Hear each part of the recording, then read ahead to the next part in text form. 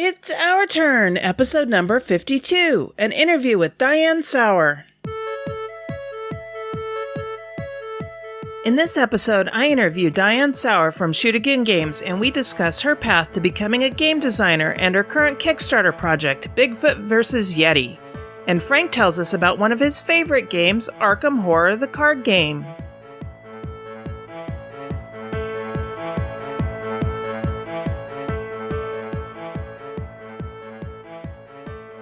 This is the Dice Tower Network, adding games to your wish list since 2005.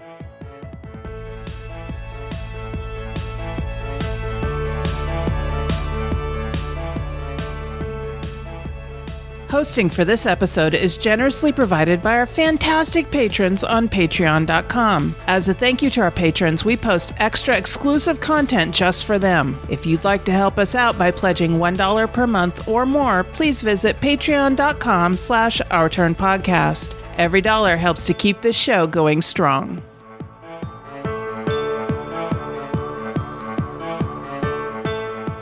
Hi, and welcome back to Our Turn. This is Cathy. Today it's just me. I had planned for Katie Aidley to be a guest host on this episode, but between me getting sick and having no voice, and Katie having sudden changes to her schedule, we just were having trouble connecting up. So, worry not. We are working on getting our schedules together and synced up, and we're going to try and bring you 2 episodes pretty close together.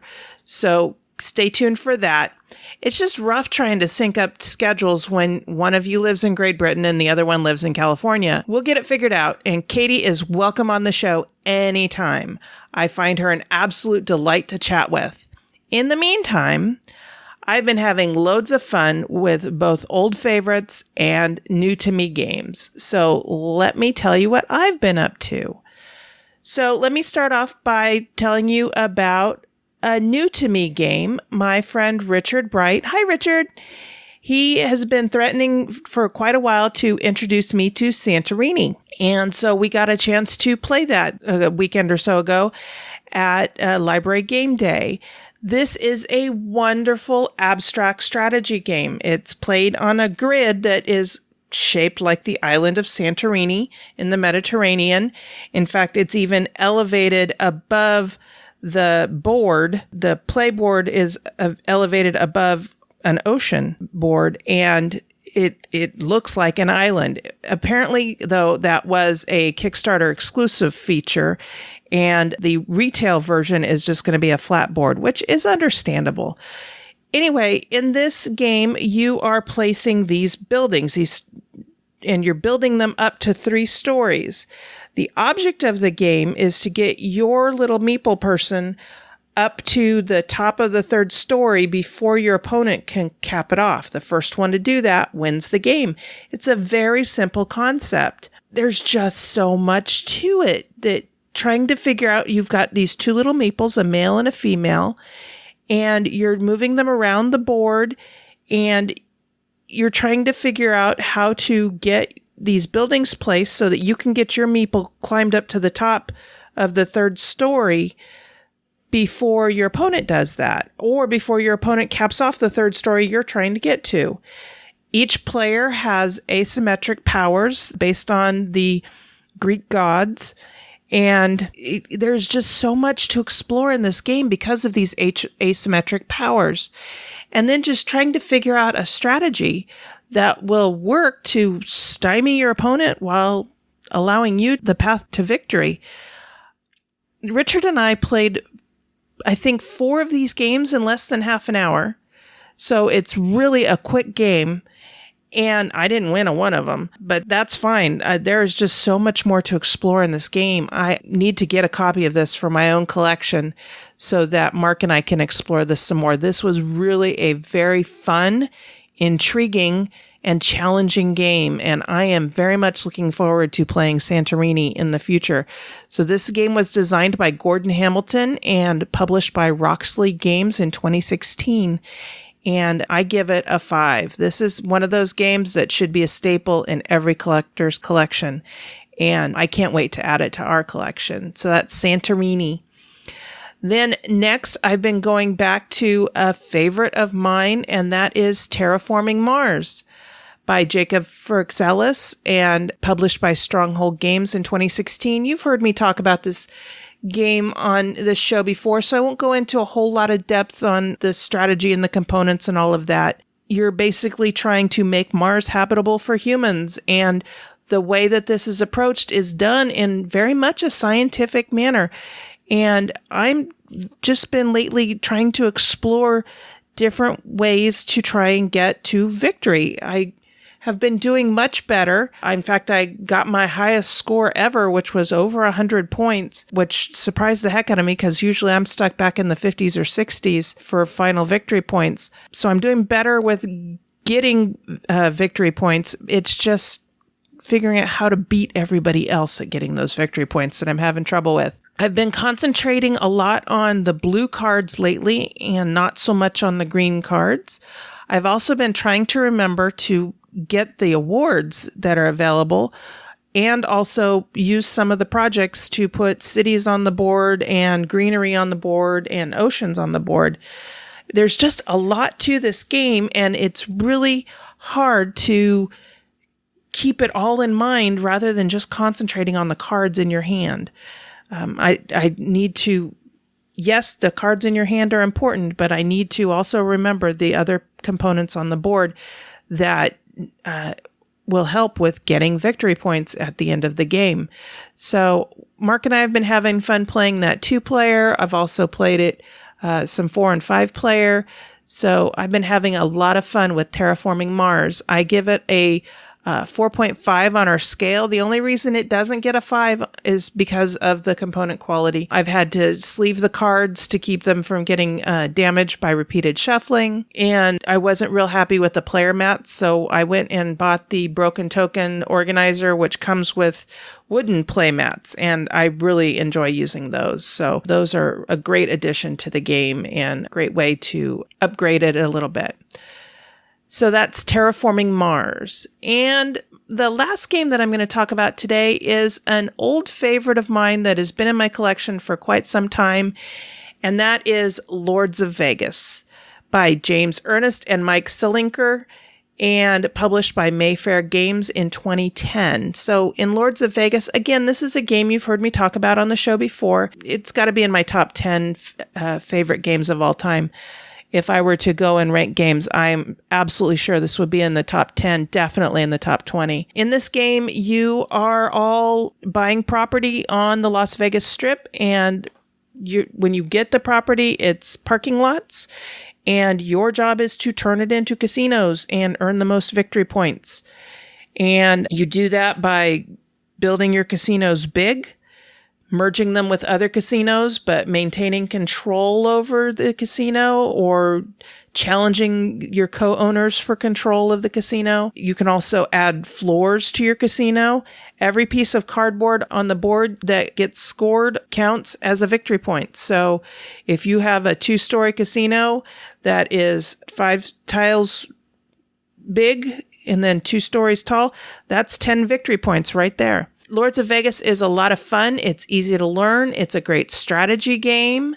There are dice in it, but the dice are used more to challenge other people for control of a casino rather than any kind of a random element as far as building the casino up goes. The most random element in the game is the deck of cards that you draw from on each person's turn. Each card has a casino in a specific color, and when that card comes up, that color casino gets paid out no matter whose turn it is. Everybody gets paid.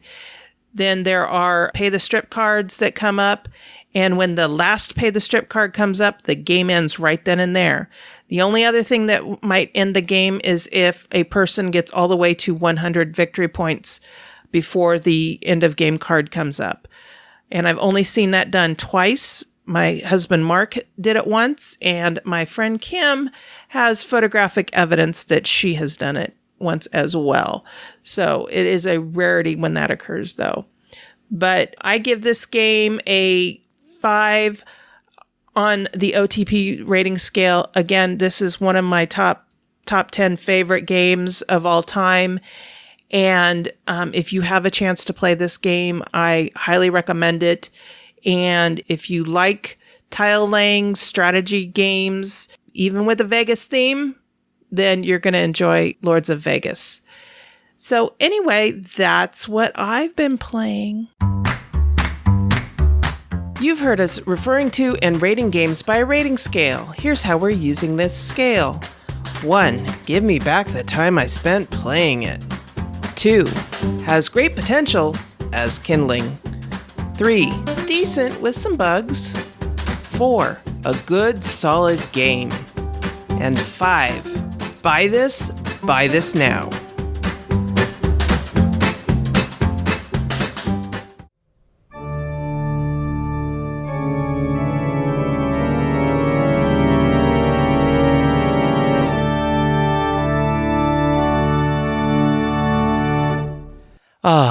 October.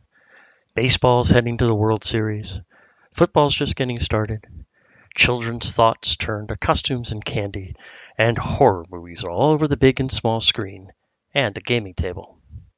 Now, one horror-themed game that has taken over my time lately has been Arkham Horror the card game, designed by Nate French and Matthew Newman, published by Fantasy Flight Games, and currently ranked 19 over at Board Game Geek. Now, this iteration of Cthulhu-based card gaming goes the living game route. Now, for those who are not familiar with the concept, it differs from a collectible card game such as Magic the Gathering and Pokemon, in that when you buy an expansion, you get the entire set of cards in one purchase, instead of having to buy multiple packs and ending up with lots of duplicates you may or may not need. You still need to craft your deck as in other card games, but in this game, you use your deck built to play through a story. An earlier game of this type was the Lord of the Rings living card game, a fantastic game that I still play today. Now, in the Arkham Horror living card game, you play an investigator in the sleepy New England town of Arkham, Massachusetts, who finds out that an ancient evil is beginning to stir. You take up the cause and work to defeat the Dark God and their minions from destroying everything you hold dear.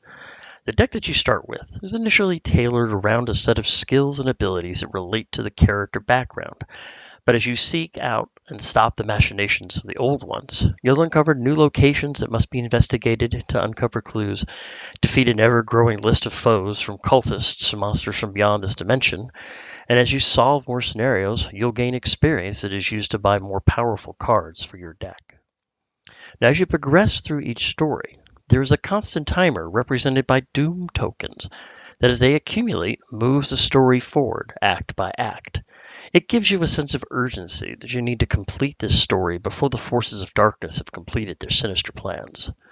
The investigators must search different locations, hoping to gain the clues that they need to solve the mystery before the old one completes its plan. Each turn, you'll draw new cards and gain resources that you need to play them. Some cards have a number in the upper left corner that represents resource tokens that you need to discard to put it into play. Some items have a continuing effect, and some have charges that you put resource tokens on that are then expended with each use, such as bullets in your gun. This is a similar mechanic from the Lord of the Rings living card game, and it works just as well here.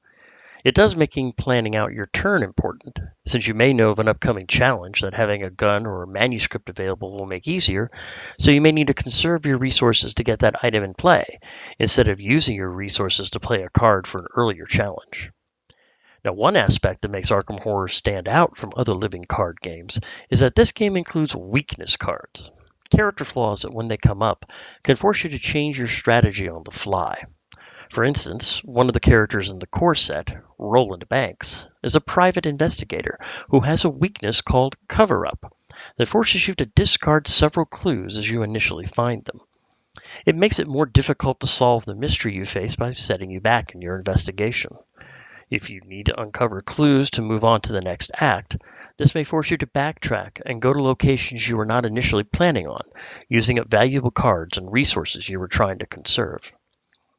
Another way that this game is different from most other living card games is in the method used for randomizing your success chance.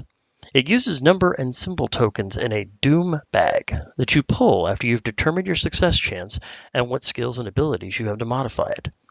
The Doom Bag, in my opinion, is a more elegant solution than dice or other randomizers in that it can be adjusted to the challenge level you're looking for. Playing solo with a single character, you can play on easy mode, which is still a challenge, but not an insurmountable one. When playing with more than one character, and with additional core sets you can actually play with up to 4 at one time, you can up the difficulty easily by changing the tokens in the bag. Also, having additional characters play the story allows you to have your friends assist you in your challenges by adding cards to your test matching the appropriate symbol to the type of challenge you're facing. Each card may have multiples of those symbols on it, and each fellow investigator can contribute one card to a challenge. In my experience, this scales up well and keeps the game challenging but not too difficult. It also adds a level of cooperation that to me is the hallmark of Cthulhu games, from the RPG to the Arkham and Eldritch Horror board games. Now, like the Lord of the Rings living card game mentioned earlier, this game is released in cycles. Story arcs of several adventures in length that add new characters and cards to the set. As of the time of this recording, October 2017, there are 3 cycles and several standalone adventures available, with more in the planning stages. Each cycle starts with a deluxe expansion box that contains a bunch of new characters, locations, cards, and minions, as well as an introductory story. Then, every month or two, Mythos packs are released that continue to tell the tale that was started in the expansion box, and those add even more cards to the mix, expanding your deck development options. Now, theme-wise, this game checks all the boxes for both a good horror story and a good Lovecraftian one. The story arcs that I've played so far have all been very thematic, and anyone who's familiar with the Cthulhu mythos or Lovecraftian novels will appreciate and enjoy being able to solve the mysteries. As with other living card games, once you go through the story, the mystique may be gone, but it's still an enjoyable challenge to see which characters have an easy or not so easy time trying to solve. Each character included does play differently enough that can make each time through the campaign a unique one. And since the size of the decks are fixed, it's not difficult to keep track of what cards are in each deck and what adventures they've completed, and to be able to switch out and play stories with multiple characters. One core set is sufficient to keep 2, maybe 3 decks put together at one time, with minimal switching of cards in between. Now, the components are standard Fantasy Flight fare, which in my opinion is better than a lot of other game publishers. The cards included are of good stock and will survive a lot of shuffling before wear. The artwork is well done, and I think most of it was commissioned for this game and not recycled art. I found that there is a list over on Board Game Geek that shows which cards were done by what artist, including links to their various social media or personal sites. I think this is great if you're looking to buy a print or find a digital copy. There's even a smaller full art card that represents each investigator that you can place near the location that they are investigating and can be flipped over to a black and white side to show that they've taken their actions this turn, which to me is a nice visual touch. The tokens that are included are large, easy to read, and are made of thicker than normal token stock, so they will last a while. And as you gain more expansions, it will easily outgrow the included core box, and I've already seen several divider sets posted at Board Game Geek for use in deck boxes and quivers. Overall, the game is mechanically sound and it plays well. The solo aspect, unless you play two-handed, misses out on the cooperation mechanic, which can make the game at times a little more challenging, but that can be both a good and a bad thing. I do recommend that when playing solo with only a single investigator, that you set up the Doom Bag to its easiest setting. I've tried several times solo on the standard setting and found that the challenge numbers were a little too difficult to make reliably, and I lost more games than I won. Now, it's not that difficult to play solo with 2 investigators, but it is playable just fine as a true solo experience. Now, in the Our Turn podcast scale, I would give this game a 3. Component quality and artwork are good. The mechanics are basically sound with a few unique additions, but solo play, while included in the box, is either played on easy mode or played two-handed. Cooperative options are good with 2 players right out of the box and up to 4 with a second core set. Expansions are available already and more are in the works. Now, if you'd like to get in touch with me, I can be reached in several ways. I'm on Twitter at the handle Talesian, that is at T-A-L-I, S as in Sam, E-I-A-N. I also have an Instagram account under the same username, where you can find pictures of the games that I'm soloing or where I track the adventures of Gamer Arrow. And I also occasionally frequent the Our Turn Podcast Guild message boards over at Board Game Geek. That's guild number 2600. And I could be found occasionally posting on the Solitaire Games on Your Table geek list as well. And remember, even if you are alone, it doesn't mean you can't get your game on. Hi, this is Cathy, and I need to ask your help, please. Our team is constantly looking at our show and trying to figure out what is working and what is not. We need your help in doing that now, and I would appreciate it if you would go to ourturnpodcast.com/survey2 and take a quick survey about our show. Again, that URL is ourturnpodcast.com/survey2, and that's the number 2. We'll also have a link to it in the show notes. Anyone who fills out the survey and gives us their email address will be entered to win a drawing for a copy of Mary Flanagan's Monarch. You can hear my review of this incredible game in episode number 27. We will do the drawing on November 15th and announce the winner in episode number 55. Your feedback will help us to improve this show going forward. Thank you for your support.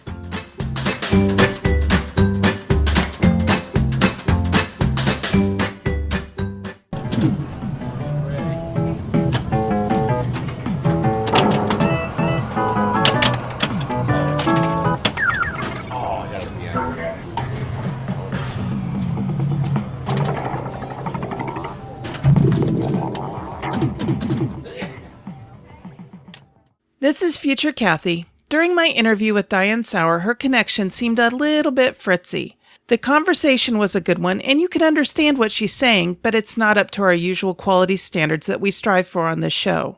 However, we just could not clear up the issue, and we still wanted to bring you this interview.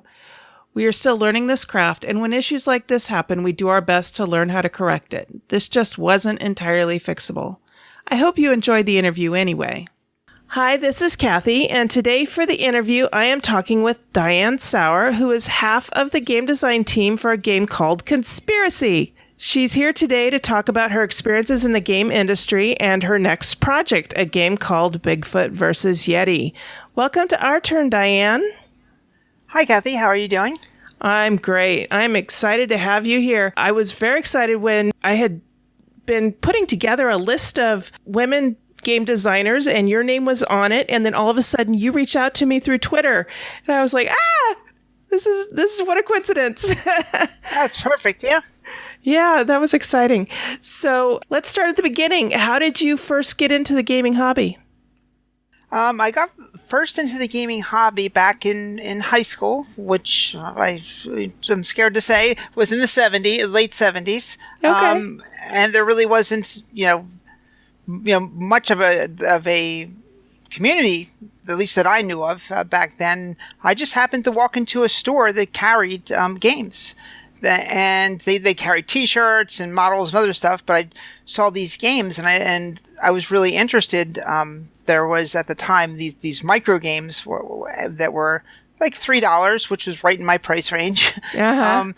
And I found one that really appealed to me. I'm like, this sounds really cool. I really got to, try this. So I bought it, brought it home, read it, was, pretty lost because, that first time when you don't understand like all the basic terminologies that like I'm sure you and like everybody takes for granted in a very short period of time, but I had no context. And I was fortunate that I had a summer job where I brought it with me to read it at lunch, and one of my coworkers saw it and happened to be a teacher working a summer job, and he had played all these games during his college years, and he said, well, here, give it to me, I'll read it and I'll teach it to you later. And he did exactly that, and that was the start of it.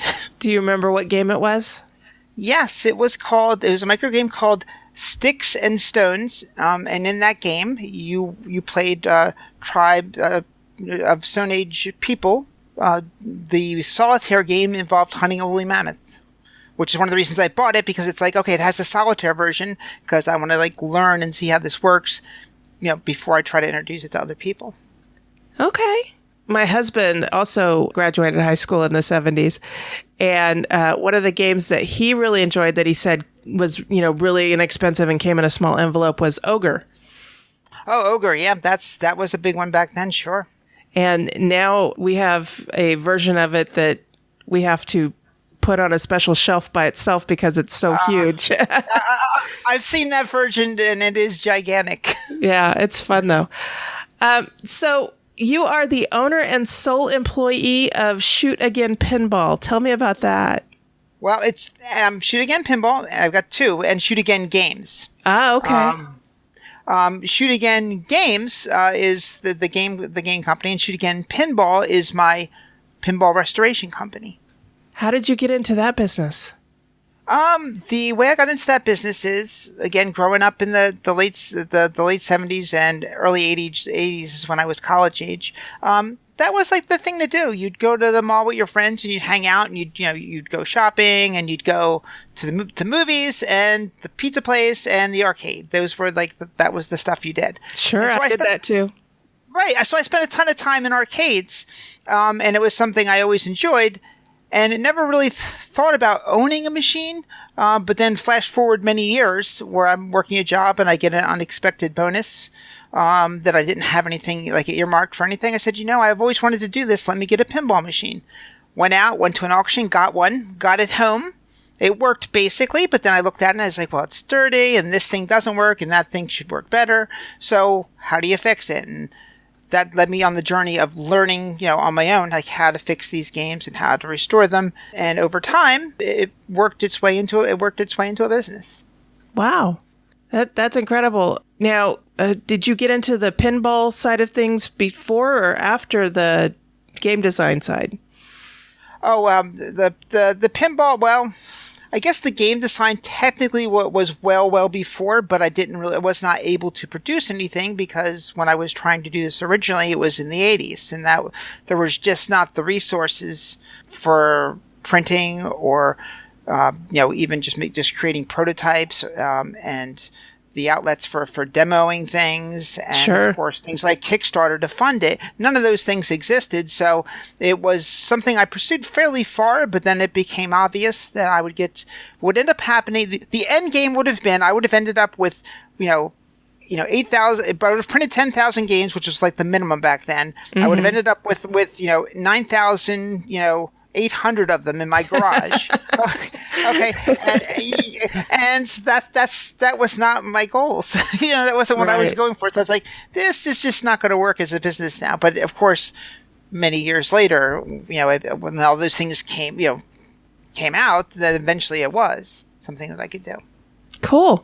Now, I've heard people say that every gamer wants to design a game. I'm here to tell you that's not true. I have no interest in designing my own games, but I admire people like you who do. So what drew you to game design?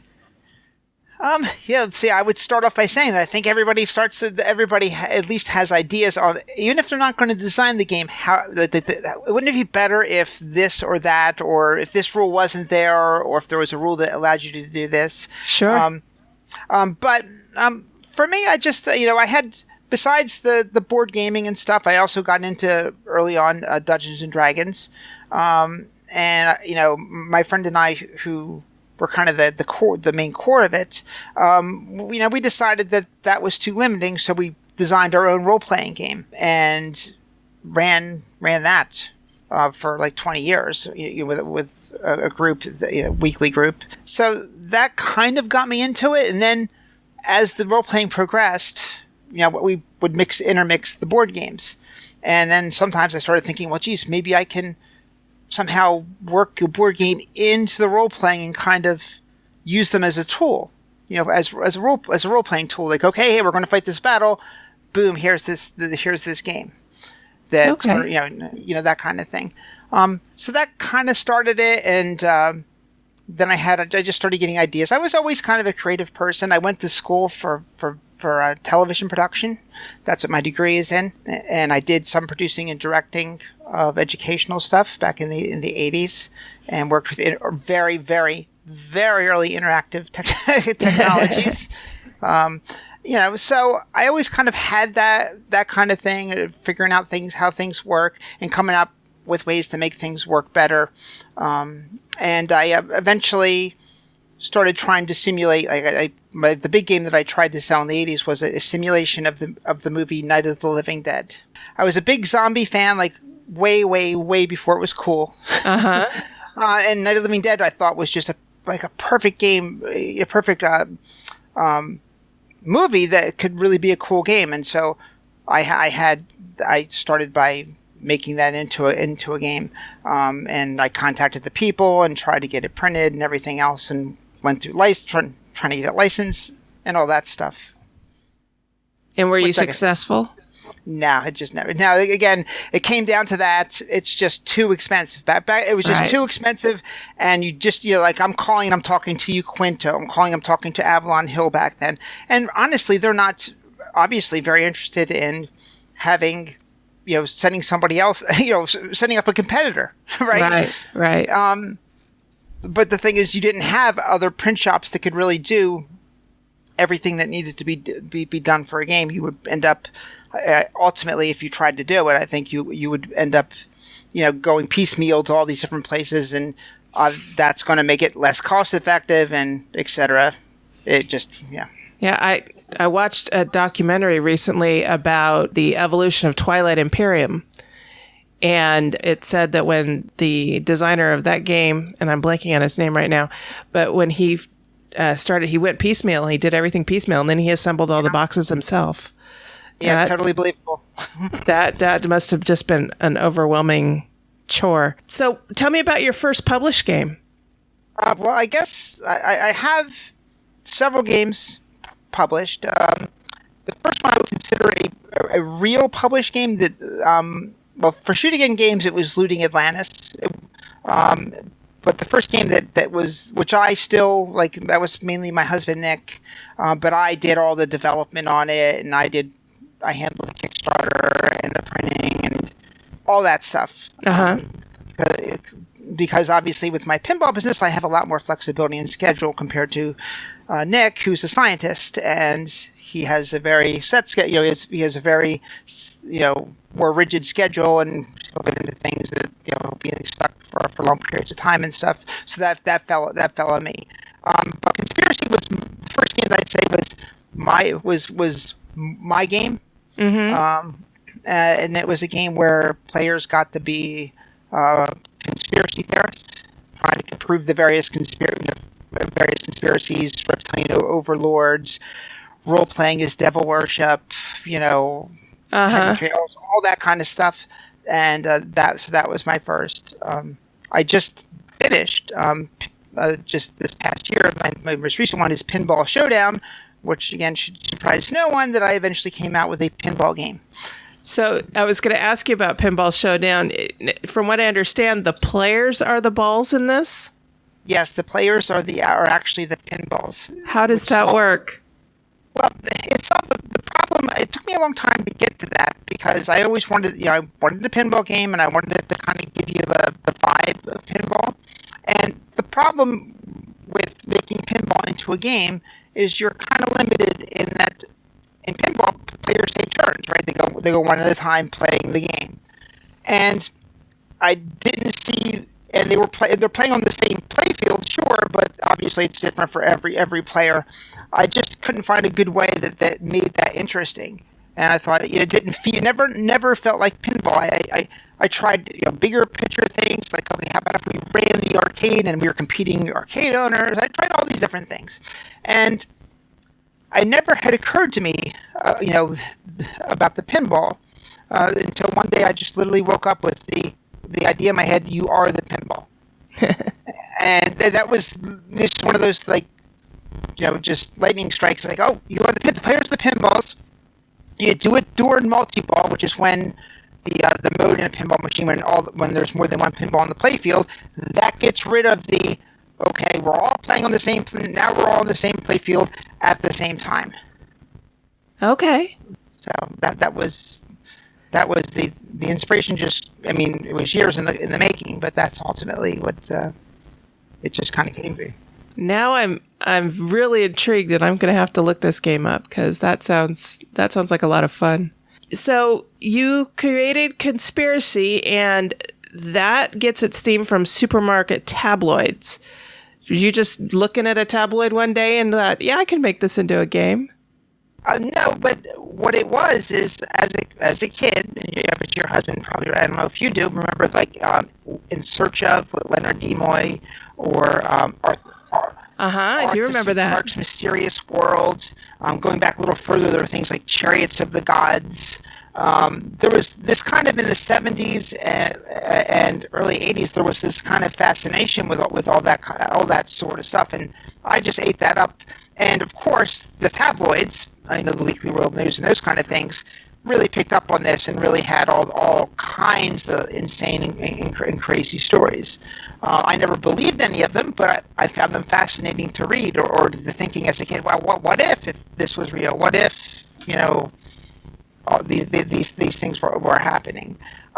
So those were always rolling around in my head, and that was kind of the first game, which I kind of skipped over, which was called Legends and Lies. That was technically my first game, but it was self-published, and there's only a few hundred copies total out there. It was kind of a get your feet wet kind of experiment. And then it evolved into Conspiracy? Yeah, eventually it kind of, I wanted to do something a little bit bigger, and I thought, what would work? And Conspiracy seems something like an untapped area. Really, if you say conspiracy games, the only one anyone's ever going to name is Illuminati. That's actually about similar stuff, and that's kind of the reverse in a way of Conspiracy. In Illuminati, you're in charge of these big kind of conspiracies and stuff. While in Conspiracy, you're this conspiracy theorist that nobody believes.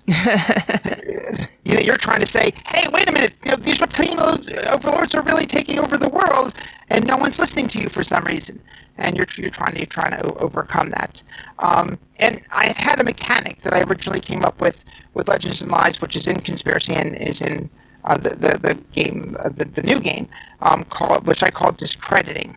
And what discrediting is the discard pile is called the tabloids, exactly like the old Weekly World News. And at the end of the round, you read the tabloids, you go through the discard pile, and look for things in there that match conspiracies that people were trying to prove. And for every card in there that matches a conspiracy that's trying to be proven, that counts as a story in the tabloids that discredit that conspiracy. And by discrediting it, it makes them lose. Whoever has the most in that conspiracy loses a card, which is doubly important because besides losing the points, if people are able to get more than 10 points on the board of a conspiracy, it basically raises it to the point where people take it seriously, start taking it seriously at least, and it doubles it. So it gives you a whole other element. Like in most games, the discard pile is nothing other than a discard pile. In this game, it's a really, really, really important aspect of it because you're trying to make sure your stuff doesn't end up in there, and you're trying to put your opponent's stuff in there so you can discredit them. Now, I haven't heard of using a discard pile like that before. Is that a mechanism that you created, or did you see that in some other game? No, that's something that I came up with.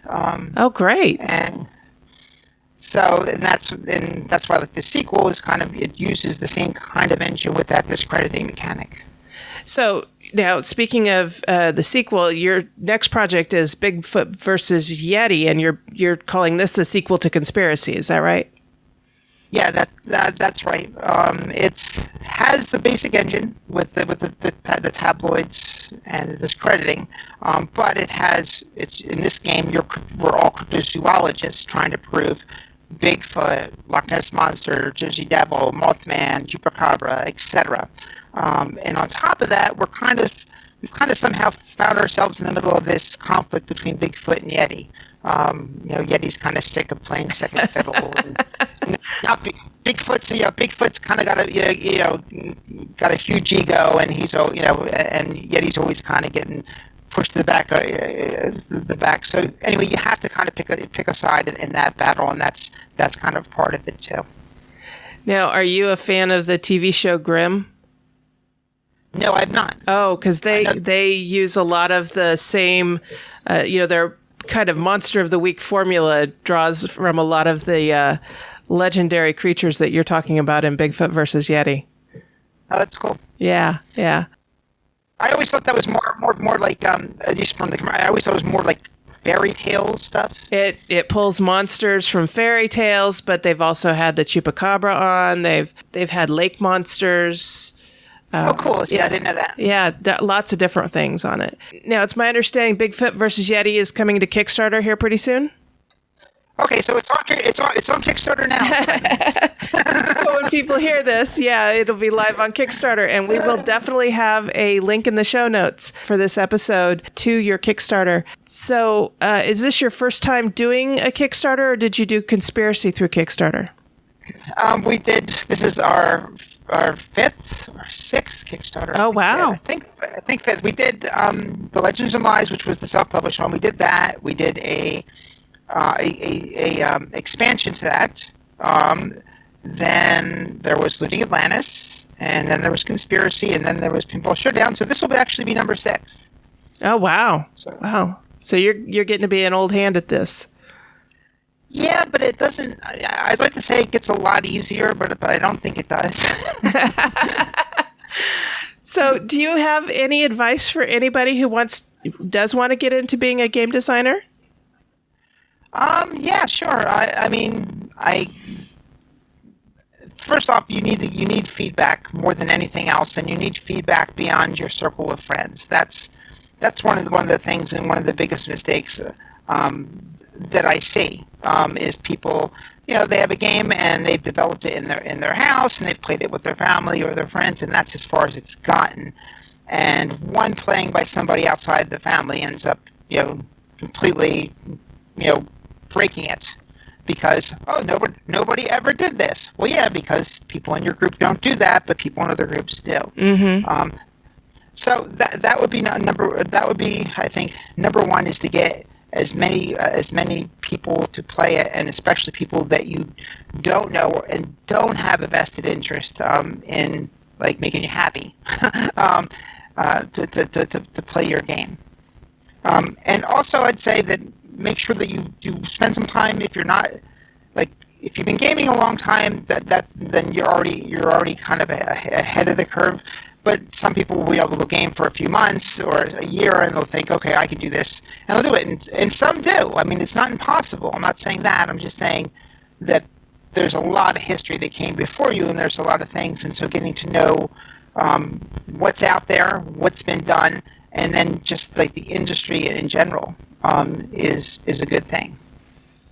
Now, have you found it a challenge at all to work in the gaming industry as a woman? Have you run into any challenges or barriers there? I wouldn't say barriers because, but there's certainly challenges. There's certainly, things that I think everyone, certainly everyone has encountered with, with some people, being very negative right at the get-go or very condescending. Uh-huh. I can't say, where I'm testing a game when somebody will say something like, well, you know that those are the same odds exactly or something, and they'll just laugh, and it's like, yes, I know that because that is how I designed it. I designed that so that those are the same. There's a reason for that. Now, on the plus side, in that situation I'm thinking of, one of the other gamers spoke up, one of the other guys, and they spoke up and said, oh yeah, of course, and did stand up. But you still kind of have to deal, with that on occasion. And also sometimes, though I do think it's less and less and less. Certainly way less than it was, 20 years ago. It's much easier now, I think, for your voice to be heard. It's not perfect. We're not 100% there, but it's way better than it used to be, where we'd have a conversation and I could not get a word in, or I would try to say something and you get cut off, and it's like, you're always kind of, back then at least, having to deal with it. I think it's a lot less now. I've found a lot more people, in the last few years. For me, at least, it's gotten better. The other thing, though, that I think I have to deal with is because I'm an older gamer. That's a whole other kind of series of challenges. What kind of challenges have you run into with that? Well, it's much harder. I mean, my sons are 28 and 26. So I'm sometimes, I'm talking to gamers that are younger than them. I'm talking to designers that are their age, or maybe not much older, that are maybe 30, or in their early 30s, and I don't know that that I can always talk, the same way they can, or I have the same shorthand for some things that they do, and also like they'll do things like a lot of the hey, let's play till midnight, let's play till 2 o'clock in the morning. Okay, well that was something like I would do all the time when I was in my early 20s or younger. But now, forget it. It's like, hey, we're going to start gaming tonight at 9 o'clock. Well, that's great. I'll be on the couch probably half asleep by then. That's just the reality of getting older. Yep. So it's it's a little bit harder in that to maybe get to get in with the groups that are doing some of this stuff. I think that's a little harder being somebody that's older. Okay.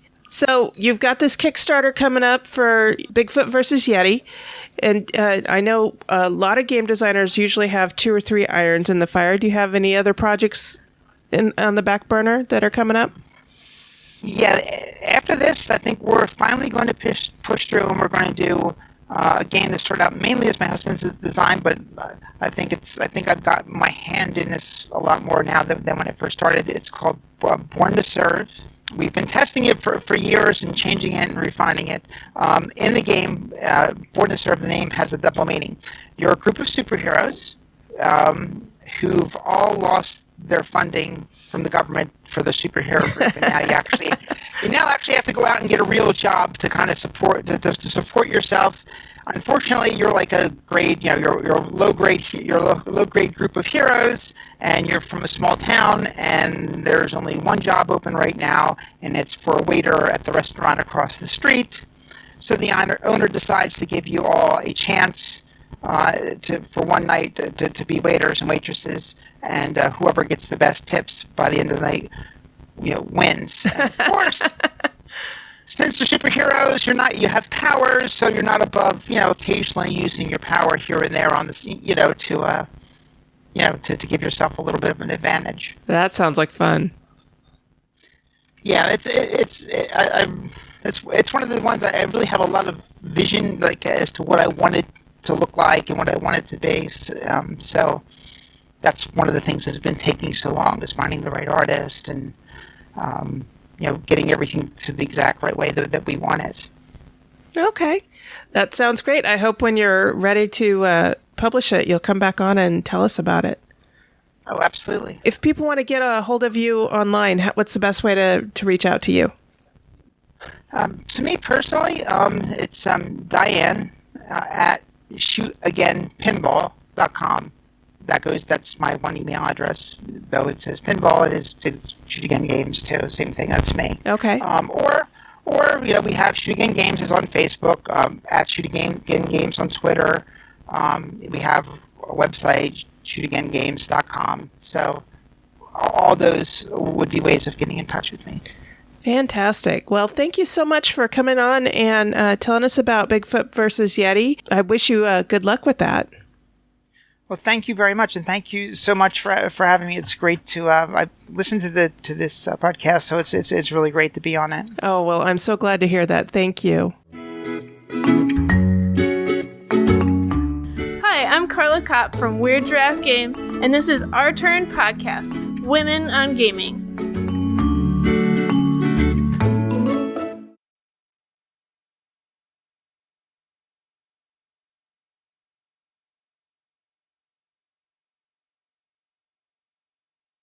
Okay, so now that we're at the part of the show where we're winding things down and looking ahead to what's coming up.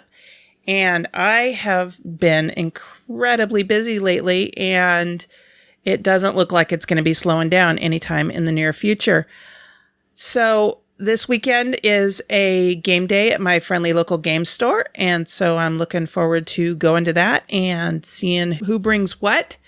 and trying out some new games, hopefully, or playing some old favorites. It's always fun.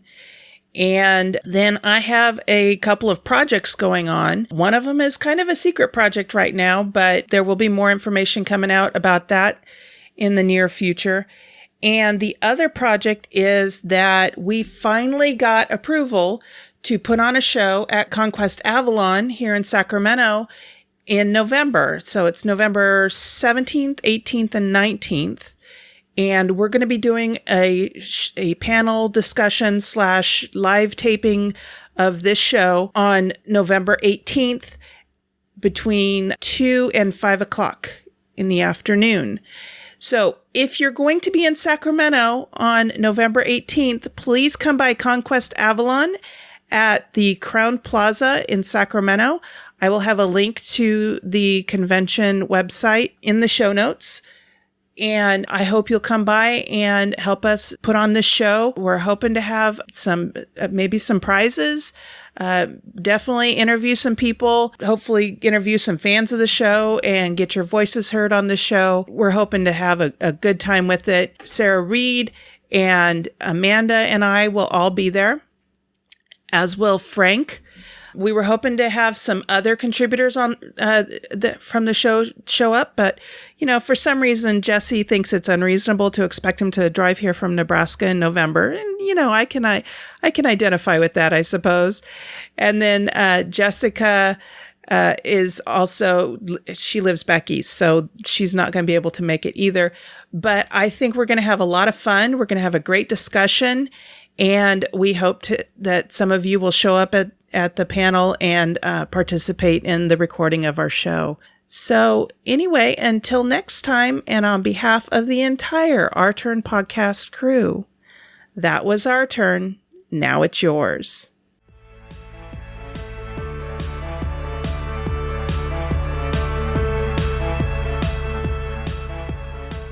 Thank you for listening. This episode was recorded on November 2nd, 2017, and is written and produced by Cathy Ford and Sarah Reed with assistance from Frank Vicari, Diane Sauer, and Mark Ford. Next time, we'll discuss games with food.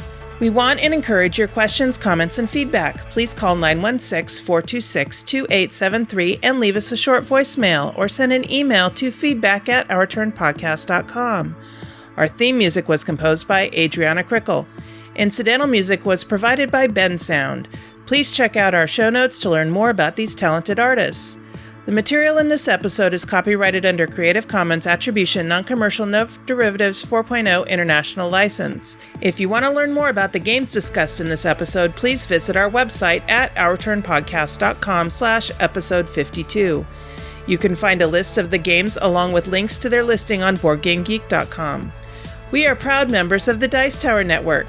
You can find out about other shows in the network like Blue Peg Pink Peg, The Snakes Cast, or the Party Game Cast by going to dicetowernetwork.com. Thank you for your support. If you like what you heard, please tell your friends about us.